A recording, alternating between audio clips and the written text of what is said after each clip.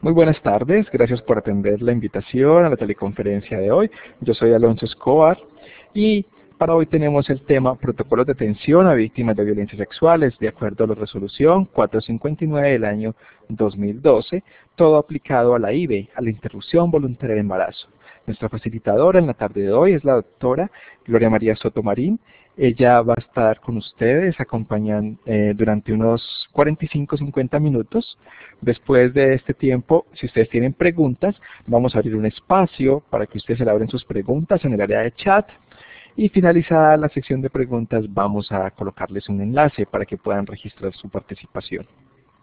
Esas son las indicaciones para la tarde de hoy. Recuerden que este espacio es gracias a la Gobernación de Antioquia y a su Secretaría Seccional de Salud y Protección Social.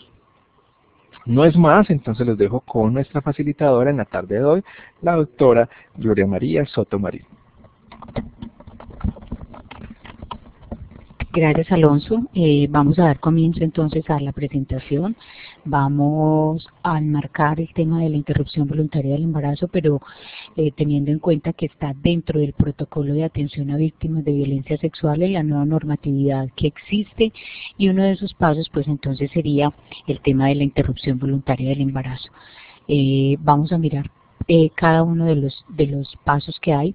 Quiero iniciar esta presentación con algunas de las estadísticas que tenemos para Medellín. No tengo de Antioquia porque la parte de consolidación la tengo desde Medellín.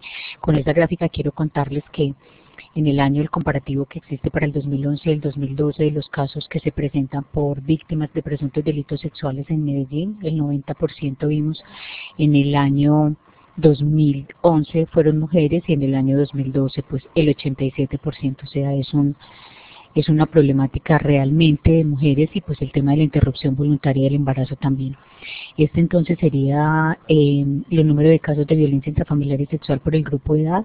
Si vamos a ver el grupo de edad entre de 1 a 15 años, pues es la mayoría de los casos que tenemos, y pues es una problemática bastante con rostro femenino, pero también con un rostro infantil.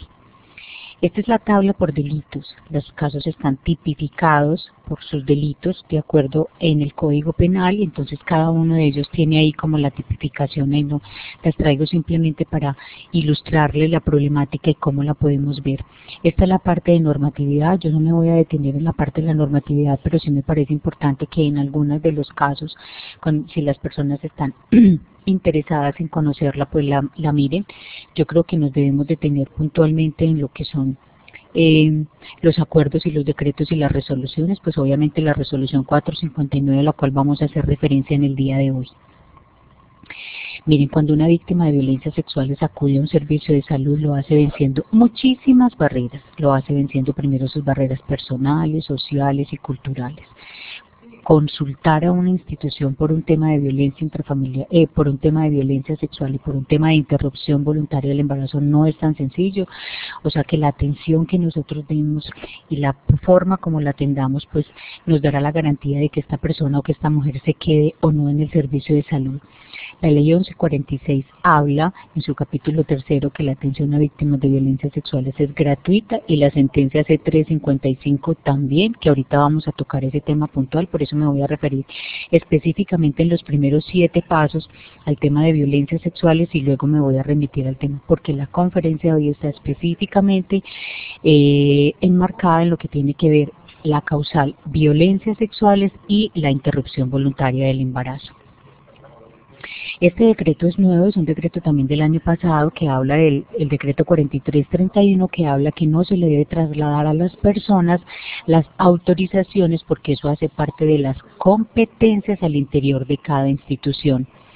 ¿Por qué? Porque nos hemos encontrado que para poder que a una persona le hagan una interrupción voluntaria del embarazo por causal violencias, la pasan de lugar en lugar, de sitio en sitio y de autorización en autorización. Eso es una responsabilidad de la institución prestadora del servicio de salud. Eso no es para trasladárselo al usuario.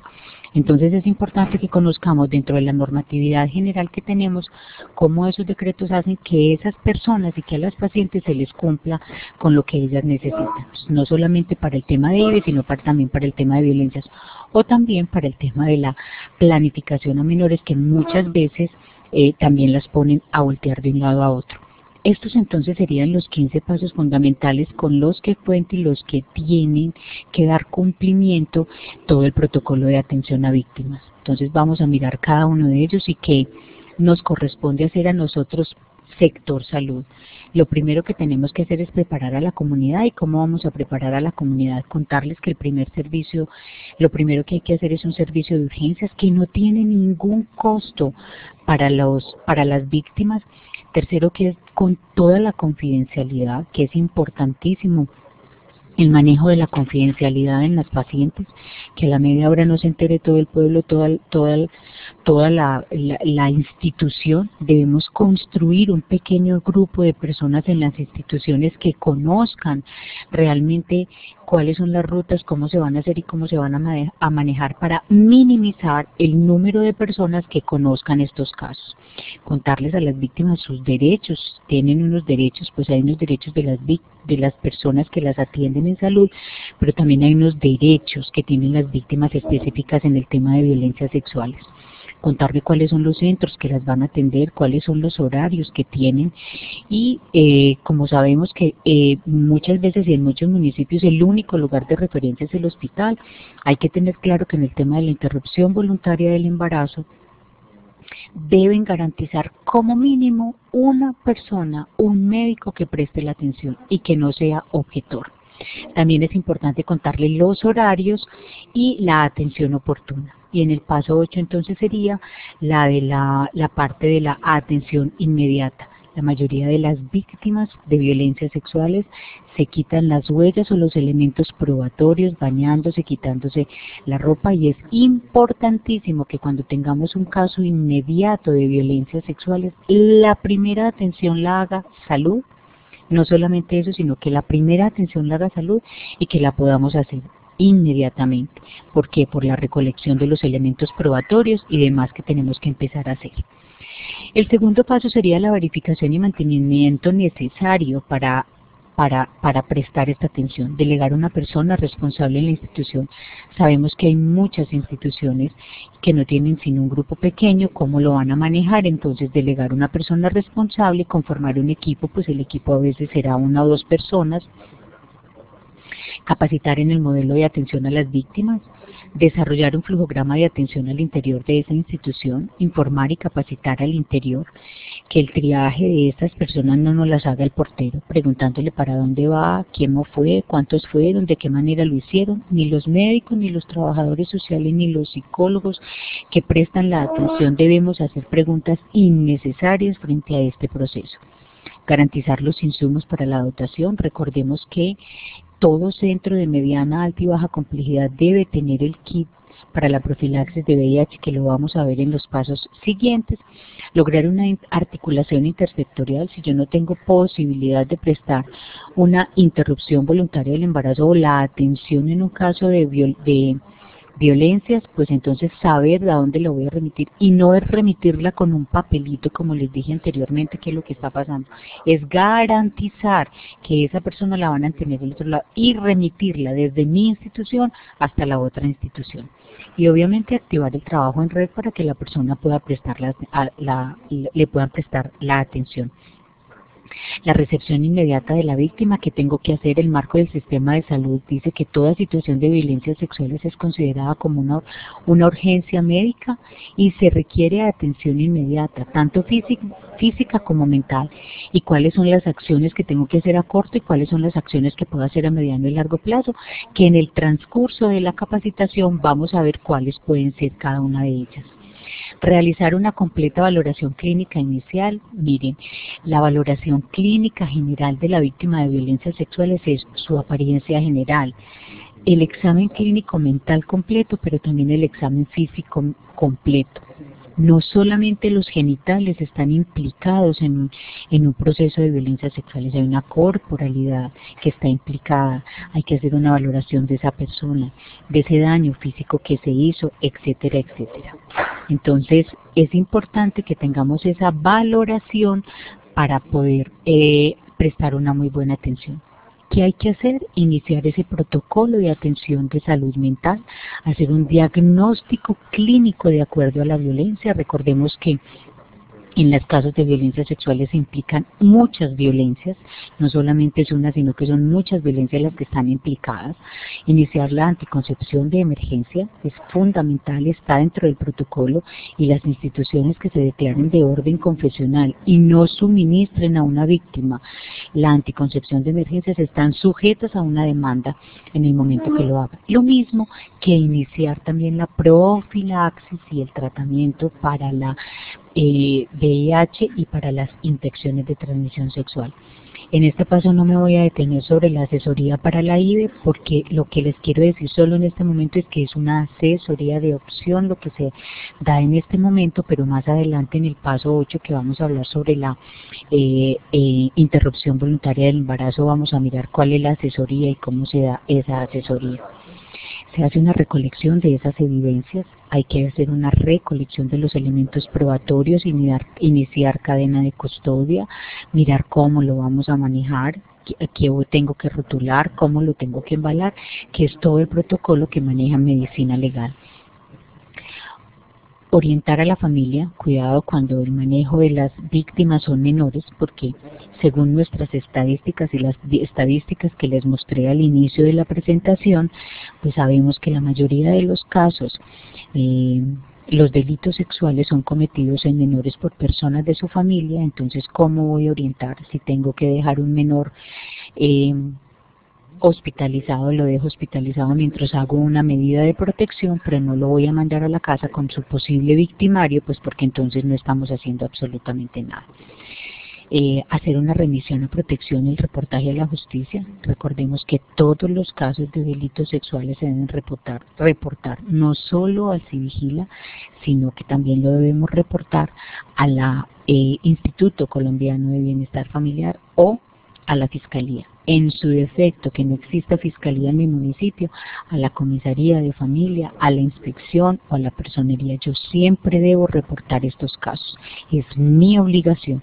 En personas adultas, entonces yo haría el reporte al Civigila, porque debo reportar ese episodio por violencia al Civigila, pero recordemos que ya la denuncia y la notificación a la justicia es una decisión de las personas adultas. Fundamental planear los seguimientos y remisiones a otros servicios. Es importante que lo dejemos siempre reportado en la historia clínica.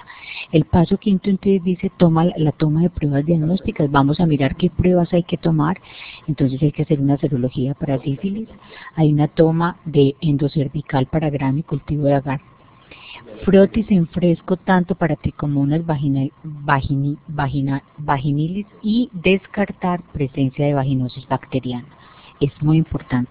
Se hace siempre la prueba de tamizaje para VIH, se hace una búsqueda de antígenos contra hepatitis B y obviamente se hace una prueba también rápida para embarazo, pero recordemos que también es importantísimo inmediatamente suministrar la anticoncepción de emergencia. Siempre en un caso de violencias sexuales se presume una infección de transmisión sexual, se presume un embarazo y se presume un VIH. En el paso 6 y 7, entonces, que sería asegurar toda la profilaxis para ITS y para VIH, hay un kit que sacó el Ministerio de Protección y yo se los voy a mostrar, y está especificado por peso también. Antes de suministrar la profilaxis para VIH y para ITS, siempre hay que dar una asesoría, hay que realizar las pruebas, es importante dar una asesoría pre y post, hay que llenar un consentimiento informado para que las personas no lo firmen. Por VIH siempre hay que hacerlo, hay que hacer unas pruebas rápidas, de pronto hay que hacer otros análisis, y lo fundamental es que siempre debemos hacer un seguimiento.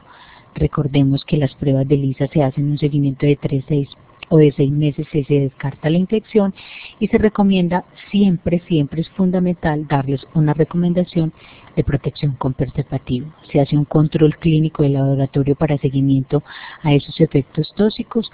Recordemos que la asesoría debe ser puntual, se les debe dar toda la información para las dos. La profilaxis para la hepatitis B, y siempre es importantísimo dejar claro que entregamos en el lugar de urgencias, en ese momento que se haga la atención, se entrega la dosis para VIH por 28 días. Las dosis que se entregan para la profilaxis de ITS es una dosis única, ahí se las dejo especificadas, lo mismo que lo de la anticoncepción de emergencia, también se da una dosis única. Entonces sería VIH para mayores de 30 kilogramos y la dosis de las infecciones de transmisión sexual. Sería la profilaxis de VIH en menores de 30 kilogramos, ahí les queda en la presentación, y la profilaxis de ITS en menores de 30 kilogramos. En el paso 8 entonces vamos a hablar sobre lo de la anticoncepción de emergencia y el acceso a la interrupción voluntaria del embarazo.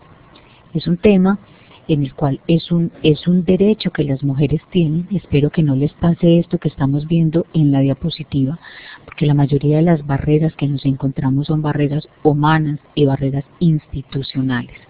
Recordemos que la asesoría que damos es una asesoría de opción, eso quiero que les quede muy claro, es una asesoría de opción, es un derecho que las mujeres tienen.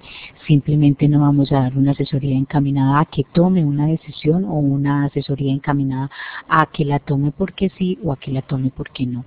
Es una decisión solo de la mujer, y es una asesoría que debemos dar contándole cuáles son los derechos que tiene y de qué manera puede acceder. Recordemos que nosotros no tenemos una despenalización total del aborto. Colombia tiene solamente 3 causales por las cuales las mujeres pueden acceder a hacerse una interrupción voluntaria del embarazo. Una de ellas es riesgo para la vida de la mujer de continuar ese embarazo, una malformación genética, riesgo por salud mental o por salud física o salud social. Es importante que tengamos claro en esta causal esas 3. La otra causal es entonces la viabilidad fetal, que esa sea incompatible con la vida. Es importantísimo tener claro que sí tiene que quedar claro que tiene que haber una incompatibilidad con la vida. Y la tercera causa entonces sería por violencia sexual. Ahorita vamos a mirar las rutas que existen para la ciudad. Estas son las tasas que encontramos en el tema de la interrupción voluntaria del embarazo para Medellín.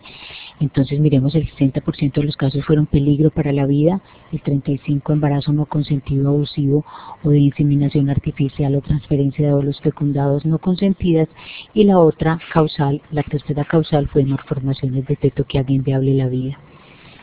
Estas entonces serían por la edad. Mire que si ahorita les estaba diciendo que el caso de violencias sexuales eran menores y mujeres, pues en este caso más, pues la mayoría de los casos son también menores. Estos son según la viabilidad. La mayoría de los casos que tuvimos fueron 97.5 casos que no eran fetos viables, y tuvimos un 2.5 casos de fetos que sí eran viables. Este es entonces la gestación al momento del procedimiento. Vamos a ver entonces cuáles fueron estos menores o iguales a 9 semanas. Estos son de 10 a 14 semanas, de 15 a 19 semanas, de 20 a 24 semanas o mayor o igual a 30 semanas, los casos que ya habíamos visto en la gráfica anterior. Estos son los procedimientos por los cuales se hizo. Yo creo que el doctor Londoño les habló en la capacitación pasada que la mayoría de los casos que tenemos los tenemos por dilatación y curetaje, los riesgos que se corren, cuando la mayoría de los casos que vimos anteriormente eran de menos de 12 semanas. Según eso, pues se debe hacer siempre por métodos farmacológicos o por la práctica de la aspiración manual endouterina. Hace algunos tiempos salió en la ciudad en varias partes de los medios de comunicación que quedaba derogada el decreto 444. Ese decreto no no afecta para nada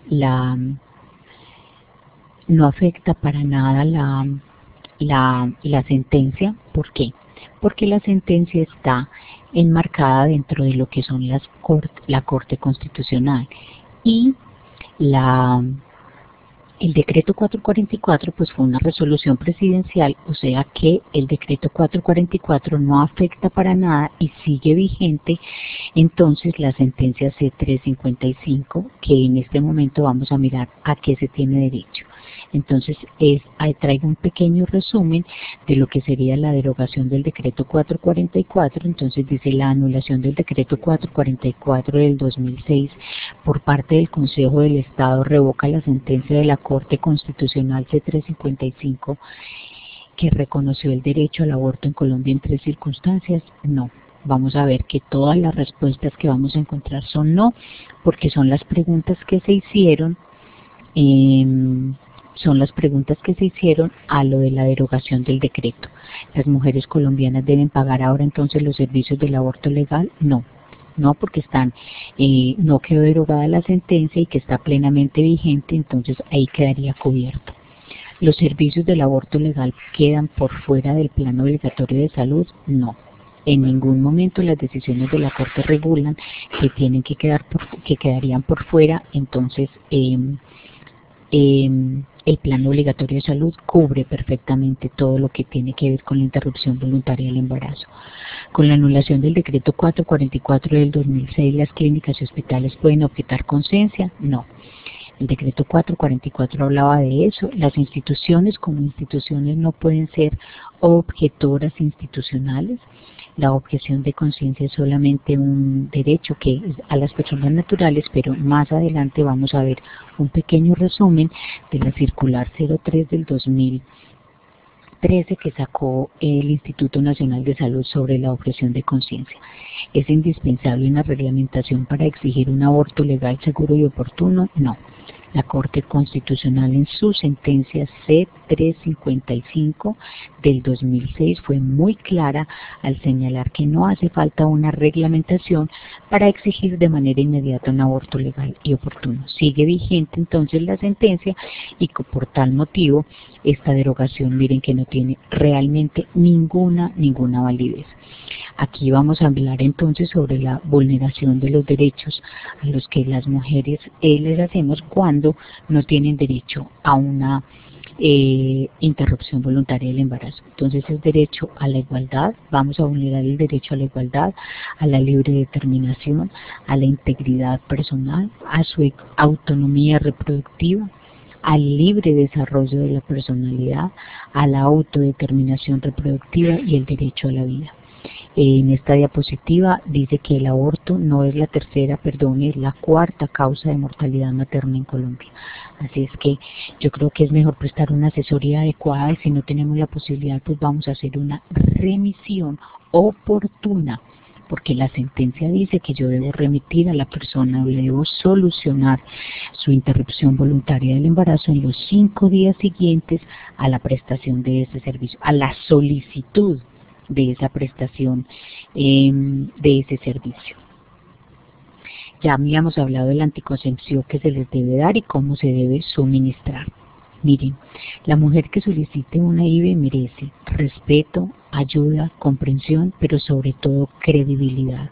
A nosotros en el sector salud no nos corresponde ser jueces, ni nos corresponde saber si se fue violada o no fue violada. Si la persona pone una denuncia y nos trae la copia de la denuncia o en su defecto el número del SPOA, se hace el procedimiento. Creámoslo o no creámosle, frente a esa situación es una responsabilidad que la mujer asume frente a si dijo o no dijo mentiras, pero a nosotros, sector salud, no nos corresponde hacer ese tipo de juicios de valor ni esas apreciaciones frente a esa situación. Entonces es muy importante que tengamos claro que en la causal violencias el único requisito que las mujeres deben tener para acceder a una interrupción voluntaria del embarazo es la denuncia, una copia de la denuncia o su número de SPOA. ¿Qué se requiere del sector salud o qué pide el protocolo? Un trato adecuado con fragilidad emocional, valorar un embarazo como un embarazo de alto riesgo, conocer los procesos y procedimientos técnicos con los que se cuentan y cuáles son las normas a las que se te puede y cuáles son los métodos más indicados. Una información adecuada, suficiente, pero sobre todo una responsabilidad ética y social frente a la asesoría que le vamos a dar a esta mujer. Pues los procesos de atención, dice la norma, que son las demoras en el manejo de la consulta son ilegales. La consulta inicial médica y psicológica se deben hacer el mismo que se haga en el día de la visita. Todas las entidades deben contar con una persona para coordinar la atención frente al proceso que la mujer les está dando en ese momento determinado. Miren, hay que hacer una recepción de las mujeres que solicitan la IVE. Deben contactar y hacer una remisión a la fiscalía si no se ha presentado la denuncia. La mayoría ya llegan con la denuncia. Atención en esa entidad o remisión. La remisión no es mandarla con una autorización, es yo debo remitir. La institución debe garantizar la remisión de esa persona a la otra institución. O sea, yo debo garantizar que hay otro profesional que le va a prestar la atención en ese momento. Miren, desafortunadamente estas y muchas otras frases las sacamos de historias clínicas. Las personas no necesitan que le cuenten una historia peor que la que está viviendo. Estos son juicios de valor. Yo no tengo por qué hacer este tipo de apreciaciones frente a una persona que está viviendo un dolor, que está teniendo una situación difícil. Nadie necesita que me cuenten historias distintas. Lo único que necesita es una atención cálida, una atención oportuna, una información veraz, congruente, que sepan y que la persona que está prestando esa asesoría sea una persona adecuada, conozca el tema de la interrupción voluntaria del embarazo y que no sea objetora. La recepción, dependiendo de cómo yo atienda a esta persona, cómo yo le debo y realice esa admisión, depende de que la víctima se quede o no se quede en ese servicio de salud. El tiempo debe ser breve, se debe garantizar que no haya interrogatorios que vayan más allá de lo necesario. Muchas veces los médicos ni los profesionales psicosociales tienen que enterarse de cómo fue la violación. Pregunte qué está sucediendo, no haga preguntas innecesarias sobre eso y sobre todo debemos respetar siempre la intimidad de la consultante. Es muy importante que tengamos clara eso, porque a veces hacemos preguntas que no se necesitan, que no son necesarias, lo mismo que les decía ahorita, que el portero no sea el que no se haga el triaje. Y el médico haga las preguntas que necesita para la atención, incluso cuando la persona está remitida a otro lugar, lo primero que les pido yo es, cuando llegue esa persona a otro profesional para la atención, pues miremos hasta dónde recibió la atención y de ahí continuamos en el proceso para que no tengamos que devolvernos, precisamente para evitar esto último que hay en esta diapositiva. Lo primordial, lo que siempre se busca es no revictimizar a la persona que se está atendiendo. Debe ser en un espacio confidencial. Se debe dar una información breve y concreta. Se debe transmitir confianza a la persona. Informarle los derechos que tiene frente a la decisión. Tomar una decisión frente a la interrupción voluntaria del embarazo no es fácil. No es una decisión fácil de tomar, entonces debemos contarle toda la información, dar la información necesaria y suficiente para que la persona pueda tomar la decisión más adecuada. En la consulta médica no me voy a dedicar porque ya el doctor Londoño les hablará de pronto en la fase presencial o de pronto en la conferencia les habla de esto. En la orientación por el profesional de salud mental o de ciencias sociales, ¿qué se requiere? 3 cosas fundamentales: congruencia, habilidad para escuchar a la persona y preguntas que le ayuden a comprender lo que le estamos diciendo. Recordemos que la interrupción voluntaria del embarazo también requiere un consentimiento informado y sobre eso es muy importante que la mujer entienda lo que le estamos haciendo, sobre todo cuando son menores. o cuando son personas que tienen un proceso de lectoescritura distinto al de nosotros, o tienen o no tienen. Entonces también es muy importante que a ellas les quede claro y que a nosotros como profesionales que le estamos prestando la asesoría nos quede claro que esa persona comprendió lo que nosotros le estamos explicando. El manejo de niñas y adolescentes. En cada caso se determinará la valoración de esos exámenes, el médico hará esa valoración. Ellos, las niñas y las adolescentes, tienen dificultad para hablar sobre la violencia. Dar explicaciones apoyadas en imágenes gráficas, muchas veces nos toca sacar un útero, contarles qué es lo que va a hacer. Muchos de los niños, nos han tocado casos de niñas de 9 años embarazadas que lo único que reportan es: yo quiero que me quiten un dolor, y un dolor de espalda, yo no tengo nada más. Hay que explicarles ese procedimiento para que ellas puedan tomar una decisión frente a eso. Brindarles elementos para que puedan manejar la situación en el colegio, en la familia, cómo lo van a hacer, máxime cuando de pronto ese embarazo es producto de un miembro de su familia. Entonces también y la mayoría de las veces son de su padre o de su padrastro. ¿Cómo se va a manejar eso? ¿Cómo se va a manejar eso con la mamá? ¿Cómo se va a manejar eso con la red social de apoyo que tengan? Recordemos que siempre debemos llenar un consentimiento informado para el procedimiento. Con las menores, como la ley y la causal habla del incesto, si la menor lo autoriza, ese consentimiento y esa autorización del padre o de la madre se convierte en un mero formalismo. Es muy importante que tengamos claro eso también.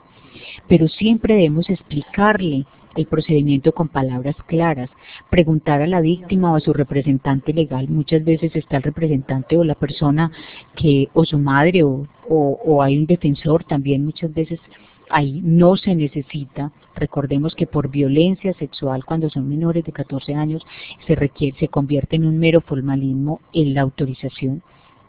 No se requiere firmas de testigos ni presentar ninguna otra fotocopia distinta en los casos de violencias sexuales. Solamente se requiere entonces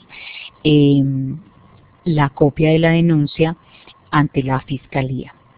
En menores de 14 años el consentimiento debe ser firmado por su representante legal o el que tenga la custodia, en su defecto un defensor de familia, pero ya les dije que en los casos de violencias sexuales, por ser un caso de incesto o un caso de violencia, el menor de 14 años, esta autorización se convertirá en un mero formalismo. La puede dar la menor.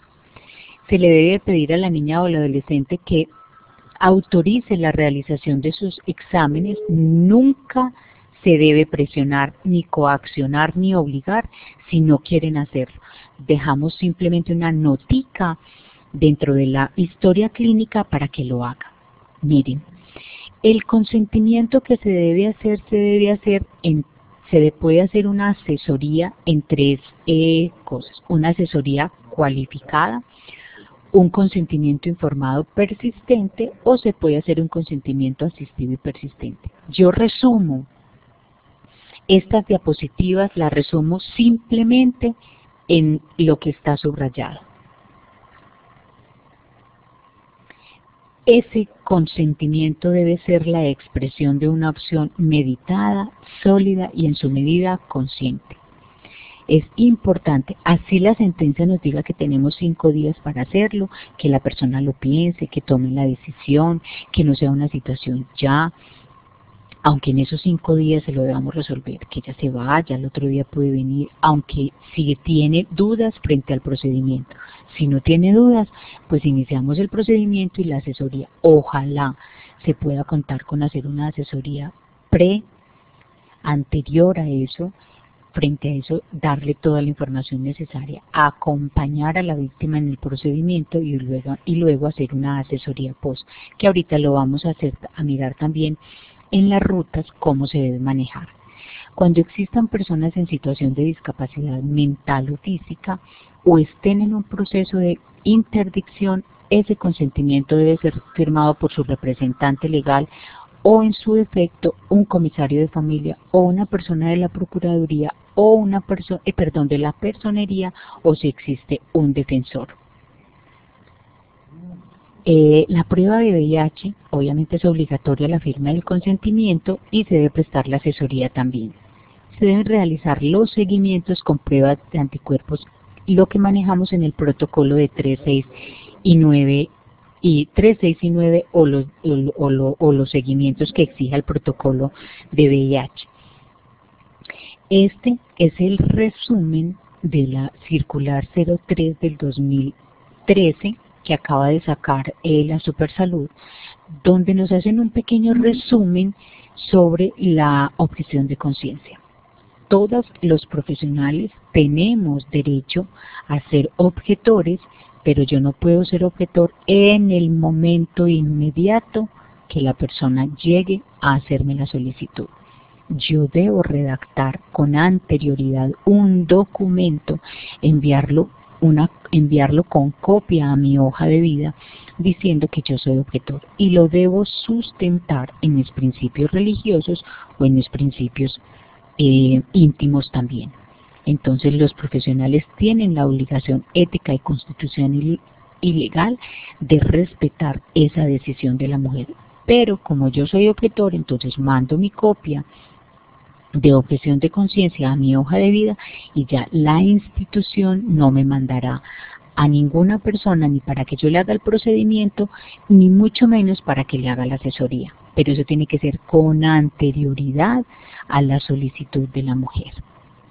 Los médicos o personal administrativo no pueden exigir documentos, requisitos diferentes a la denuncia y a la certificación. Recordemos que en las dos primeras causales la certificación debe ser dada por un médico o un psicólogo si la causal es salud mental, y en la tercera pues obviamente la denuncia. La objeción de conciencia no se puede prestar de manera colectiva. Si en un hospital todos los profesionales de ese hospital que hagan los procesos de atención son objetores, la institución debe conseguir mínimo una persona o un lugar de referencia a donde va a mandar a la paciente. La objeción de conciencia es un derecho que solo es posible reconocer a personas naturales, y la objeción de conciencia yo no la puedo fundamentar en la opinión del médico en torno a si está o no está de acuerdo con el proceso. Por eso les decía anteriormente que debe ser y es sustentada en los principios. Normalmente uno lo encuentra como de principios religiosos o íntimos. Están en todo su derecho y lo pueden hacer. La objeción de conciencia no puede vulnerar los derechos fundamentales de las mujeres. El médico que se declare objetor debe remitir inmediatamente. Remitir es mandar desde el hospital que yo sepa que hay otro profesional que la va a atender, no es de entregarle una autorización. El sistema de seguridad social en salud debe garantizar un número adecuado de proveedores habilitados para realizar la IVE, y las mujeres tienen derecho al acceso real, oportuno y de calidad. Estos serían entonces los estándares que vamos a manejar dentro del protocolo para el manejo de la IVE. Es información y respeto a la autonomía de la mujer, respeto de las decisiones que la mujer tome, que sea confidencial el manejo que se esté haciendo. Sabemos que hay unos límites a la objeción de conciencia, y cuáles son, que no la puedo decir en el momento que la persona está, la debo sustentar, debo enviar copia de esa objeción de conciencia a mi hoja de vida. Principio pro persona quiere decir que es lo que más le convenga a esa persona, no ni a mí ni a la institución. La atención debe ser integral, debe ser con calidad esa atención. La atención debe ser sin dilación. No debo poner a la persona de una institución a otra y a otra, porque aquí somos tres instituciones objetoras. Eso está sujeto a demandas y no lo podemos hacer. No podemos estar enviando a la persona o espérese a que pasen más semanas. No podemos hacerlo. Recordemos además que la sentencia C355 no tiene límite de edad gestacional. Eso es muy importante también que tengamos claro. Colombia no tiene límite a la edad gestacional, o sea que no hay ningún motivo por lo cual podamos empezar a dilatar la atención de una mujer cuando desea hacerse y cuando su deseo y su derecho está estipulado. coexistencia de causales, muchas veces existen 2 o 3 causales o una causal con otra, respeto de esa decisión que esa mujer tiene, y obviamente la 11 es la resolución de conflictos para favorecer el acceso oportuno de las mujeres. Recuerde lo que les decía anteriormente, la mayoría de las barreras que las mujeres encuentran frente al caso de la interrupción voluntaria del embarazo son barreras humanas. Se prohíbe tratar como delincuente a la mujer que hace la interrupción como al médico. Nos encontramos en muchas instituciones donde a las mujeres ni les dan ronda porque es una abortiva y las tratan como asesinas. No es un asesinato, es un derecho que las mujeres tienen y es un derecho enmarcado dentro de las 3 causales. Esta entonces sería la línea de atención que creamos para Antioquia y para Medellín. Es dentro del proyecto de la Alianza AMA, es una línea de asesoría para los profesionales. No es para la comunidad, ni en esta línea hacemos abortos, ni entonces mire, dígame a dónde me puedo dirigir. Es una línea de asesoría para los profesionales del área de la salud para cuando tengan dudas y dificultades frente a la interrupción voluntaria del embarazo, y ahí les podemos prestar la asesoría. Estas son las 3 rutas que existen para la interrupción voluntaria del embarazo. Yo no me voy a detener en las 2 primeras porque creo que el doctor Londoño ya les habló sobre estas 2 causales. Y la primera entonces sería la malformación del feto, lo que se debe hacer. La segunda entonces cuando el embarazo sea constitutivo de peligro para la vida de la mujer, y me voy a detener entonces en la tercera. La tercera causal es cuando el embarazo sea resultado de una conducta debidamente denunciada, solamente debidamente denunciada. Es muy importante que tengamos claro, no se necesita sino la denuncia constitutiva de acceso carnal o actos sexuales sin consentimiento abusivo o de inseminación artificial o de transferencia de óvulos fecundados no consentidos o incesto. Entonces es fundamental que tengamos claro qué hay que hacer. Entonces, mujer con retraso menstrual, activamos el protocolo de atención a víctimas de violencias sexuales, que fueron los pasos anteriores más los que nos faltan. Atención de esas lesiones, presentar copia de la denuncia, decisión de la mujer, y la decisión de la mujer es fundamental, si opta por la interrupción voluntaria del embarazo o no. Si ejerce el derecho a la interrupción, entonces se hacen los pasos siguientes, y si no, entonces continuar con el embarazo, se hace un seguimiento y un control médico, hay una información de una posible adopción, pero si la mujer toma la decisión de ejercer el derecho a la interrupción voluntaria del embarazo, entonces la copia de la denuncia, consentimiento informado de la paciente, atención psicológica pre-IVE, hay un procedimiento médico que él le va a explicar, el médico le explicará cuál es el mejor y el más indicado de acuerdo a la edad gestacional que tenga, la atención psicosocial posible, cuidados médicos post a ese procedimiento y los servicios integrales en salud sexual y reproductiva. Terminamos entonces el tema de la interrupción voluntaria del embarazo. Vamos a asegurar entonces en el paso 9 qué se va a hacer. En el paso 9 es la asesoría que se hace, los primeros auxilios psicológicos. No me voy a detener mucho en estos porque quedarían en la presentación. Planear los seguimientos clínicos, cuáles son los que vamos a hacer, derivar hacia otros profesionales. Miren, en el caso de violencias sexuales existen otros profesionales, entonces ya vimos lo de la interrupción, entonces la asesoría que se va a dar, los profesionales entrenados para la asesoría del VIH, a veces se puede remitir a psicoterapia, y otros médicos involucrados porque muchas veces hay unas lesiones físicas y necesitamos entonces la compañía de otros médicos. Siempre en un caso inmediato de violencia sexual, la primera atención la debe hacer salud, y luego hacemos la derivación a los otros sectores que están implicados. En el Civigila ya se unificaron los criterios, la ficha se unificó, ya notificamos solo con el código 875, entonces ahí entregamos todos los reportes al Civigila. Está la ficha, pues que no me voy a detener ahí porque igual a ustedes les corresponde los reportes que hacemos al Civigila, los seguimientos rutinarios, a las 2 semanas lo que hay que hacer, pues ahí queda en la presentación para que ustedes lo revisen, y si no, busquen la resolución 459 del 2012 y ahí están los seguimientos. Entonces son los seguimientos para víctimas de violencias sexuales a la segunda semana lo que hay que hacer, a la cuarta semana, a los 3 meses y a los 6 o 12 meses. O sea que esa historia clínica me quedará abierta mucho tiempo mientras yo puedo por lo menos registrar los seguimientos. Hacer el cierre adecuado de ese caso, ya cuando yo tenga todos estos pasos anteriores que les dije, incluido lo del tema de la interrupción, me quedará cerrada esa historia.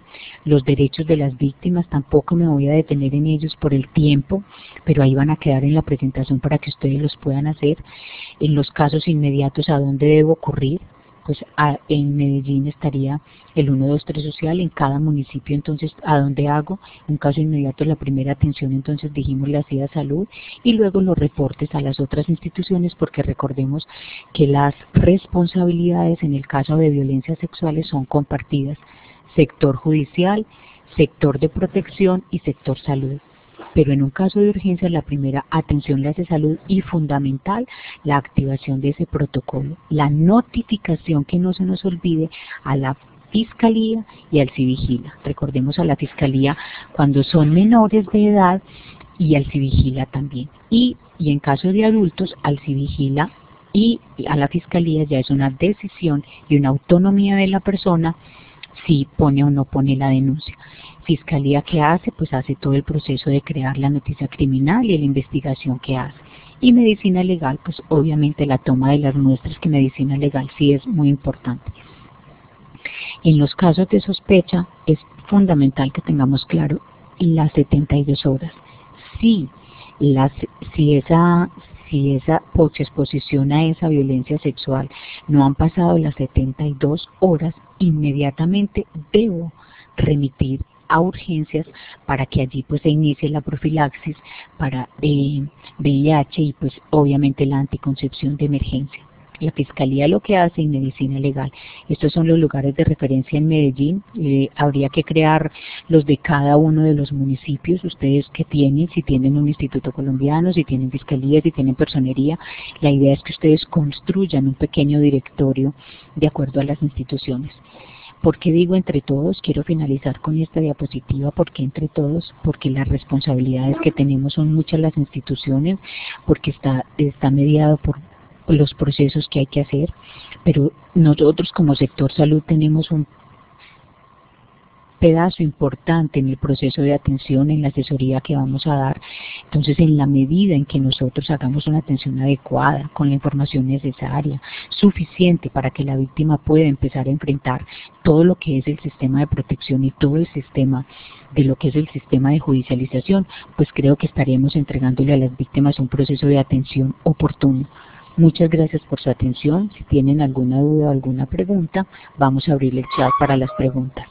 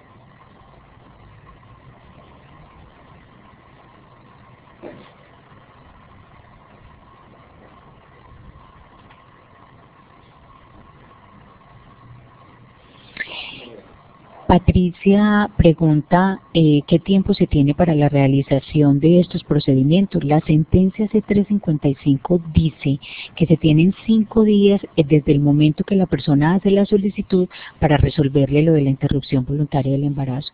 Y en el tema de violencias sexuales es inmediato y de atención en urgencias.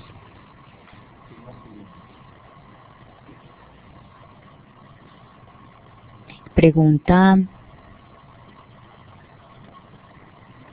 dice, muy buenas tardes, cuando se trata de un menor de edad masculino, ¿cuál es la ruta? La ruta es exactamente la misma.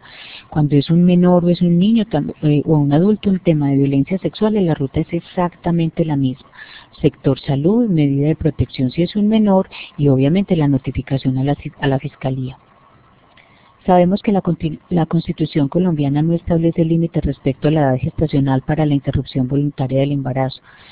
Si tengo una paciente con edad gestacional de 36 semanas en adelante, producto de violación sin malformación, ¿cuál sería el conducto a seguir con el producto si al momento de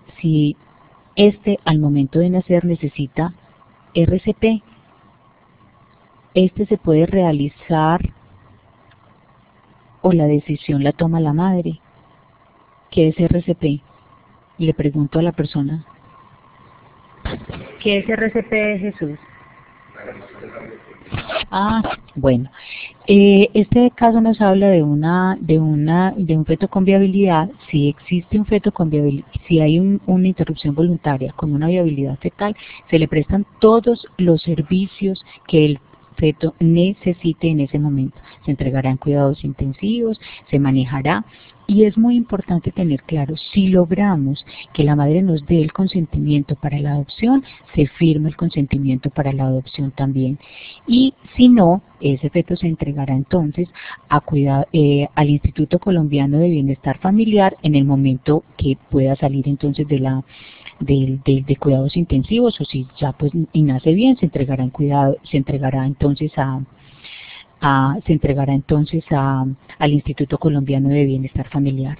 Pero con los fetos de viabilidad siempre no es dejarlo morir porque es producto de una IVE, como nos hemos encontrado en muchos casos. Nada, se le prestan todos los cuidados al feto, se entrega al Instituto Colombiano de Bienestar Familiar y si logramos la firma del consentimiento, pues sería importante. Los análisis de casos y revisión por junta no se hacen, no, está prohibido hacer autorizaciones de juntas médicas para hacer procedimientos cuando por causal violencias tienen la denuncia. Frente a causal violencias no se requiere ningún análisis del caso ni ninguna revisión por víctimas. En caso de las víctimas sordomudas, se pedirá que tenga un traductor y que ella logre entender, así también como cuando es una persona de un dialecto indígena. Se busca un traductor para que la persona entienda el procedimiento que se va a realizar y nos firme el consentimiento y la persona firmaría el consentimiento por ella.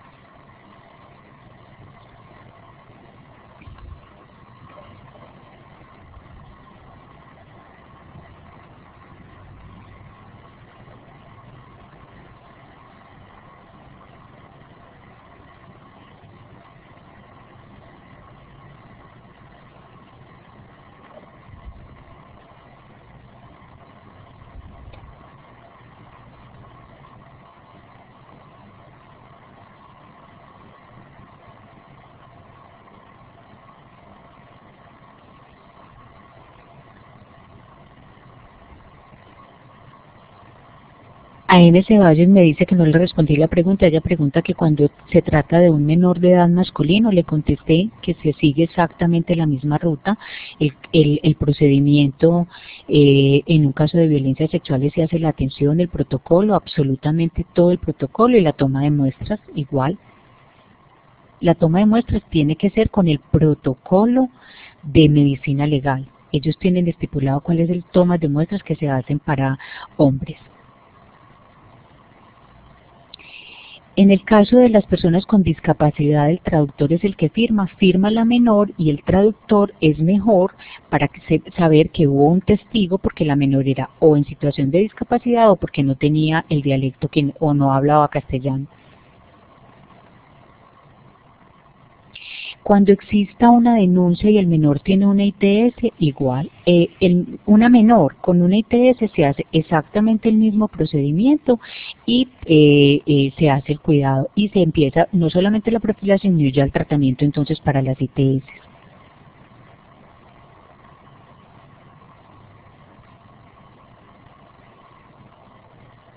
Cuando exista un médico objetor, qué paso sigue? Si se realiza la asesoría o cómo sigue. Si existe un médico objetor frente al proceso de la asesoría, pues entonces se debe remitir inmediatamente a otro profesional que no sea objetor para que haga la asesoría y el procedimiento. Es importante. La sentencia pide, o habla en la circular también habla, que los profesionales que son objetores no deben dar la asesoría ni hacer el procedimiento. Y recordemos que la objeción se redacta antes de que la paciente llegue, no en el momento que la paciente llegue a solicitarnos la interrupción voluntaria del embarazo.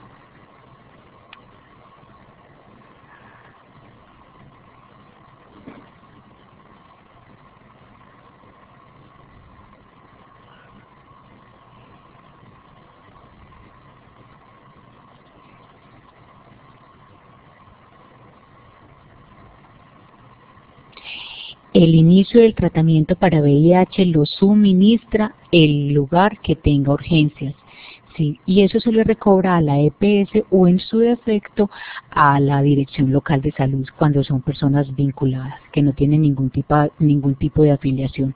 Y todo lugar de alta, mediana y baja complejidad debe contar con el kit para la profilaxis de VIH. Y ahí están los medicamentos en la hojita que les mostré de la capacitación.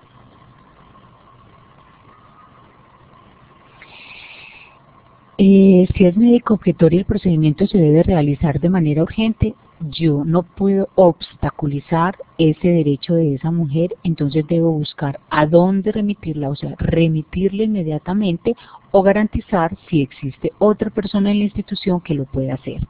Y si es urgente, no se puede declarar objetor, o sea, si usted es el único médico y está en peligro inminente la vida de esa mujer, debe realizar el procedimiento.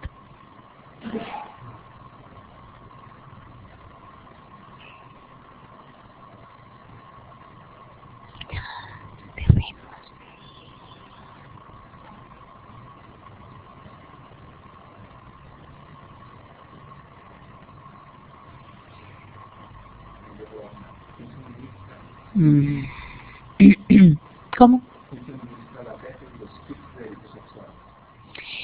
Lo debe tener todas las instituciones de urgencias y los harán como recobro a las EPS o en su defecto, como les dije ahorita, a la Dirección Local de Salud.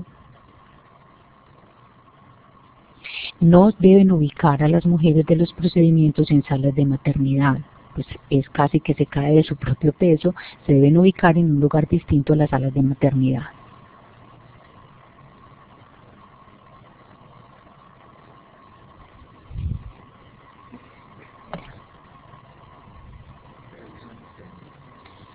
¿Cómo?